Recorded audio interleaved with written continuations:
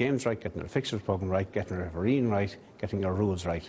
Second one then centres on finance, getting that right, getting people to understand how finance is to be handled, our infrastructure programme. Third challenge is to address the difficulties presented to us by the urban sprawl. We say that we want more club activity, yet we're not prepared to curtail the county programme. We say we want fixtures played, and yet we're not happy to play them when they're fixed. And to get that right and get buy-in from everybody on a games programme is a huge, huge difficulty for us. Hand pass across to Hogan. What a goal! Hurling is a priority because it's our national sport. The hurling map hasn't changed much since this organisation was founded, and in our hurling plan we are focusing on I think that will be a huge improvement. This Saturday afternoon, Liam Neill will make history by becoming the first native of County Laois to be elected president of the GAA. His track record at county and provincial level suggests he will manage it in a very quiet and efficient manner. Marty Morrissey of the new president, Liam O'Neill, and the debate on more than 70 motions on rules and regulations. It's that weekend again, when the GAA delegates from around the country meet to discuss the issues affecting the administration and playing rules of both hurling and football. For Pádraig Duffy, the Director General of the GAA, who is preparing for his 5th Congress, there are certain motions on the agenda that are important, like this one, which will tighten up the scheduling of matches. All games in each round of the qualifiers shall be played over not more than 2 consecutive weekends. The same will be true, if passed at Congress, of All-Ireland quarter-finals. It will shorten the gap between a team being eliminated from the provincial championship and playing in the qualifier.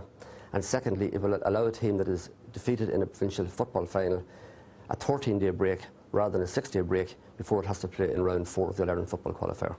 And that will be a huge improvement. There are 2 motions down for discussion regarding a closed season. The most popular will probably be this one, with resumption of training linked to the time of elimination in the previous championship. I'd support a phased return to training. I think that players are entitled to a break, but clearly managers, particularly newly appointed managers, want to get some work done before Christmas. I think that our Crowley motion in that respect gives a very good compromise. There's also a motion about the elimination of the square ball rule. While Galway have an interesting idea about playing the Under-21 Championship in a Champions League style. There are 77 motions down for discussion this weekend, including a Wicklow proposal that all umpires at intercounty matches should be referees. Whether this or many of the others will be passed will make an interesting GAA Congress. Marty Morrissey, RT News, Parnell Park, Dublin. Golf now, Henny Ott as Association President. The Heritage in Killinard, County Laois, was an idyllic location for today's annual GAA Congress. It was a proud afternoon for Liam O'Neill as he became the first native of Laois to become president of the GAA.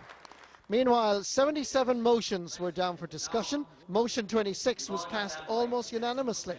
From now on, losing provincial finalists will have more time to recover before facing into the qualifiers. Beaten provincial finalists now, instead of having 6 days, will have a minimum of 13 days after their loss.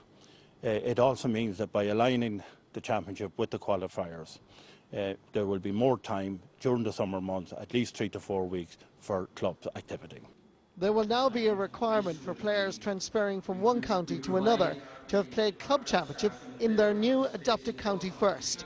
It's very relevant to the ongoing saga of Shawnee Johnson's transfer from Cavan to Kildare.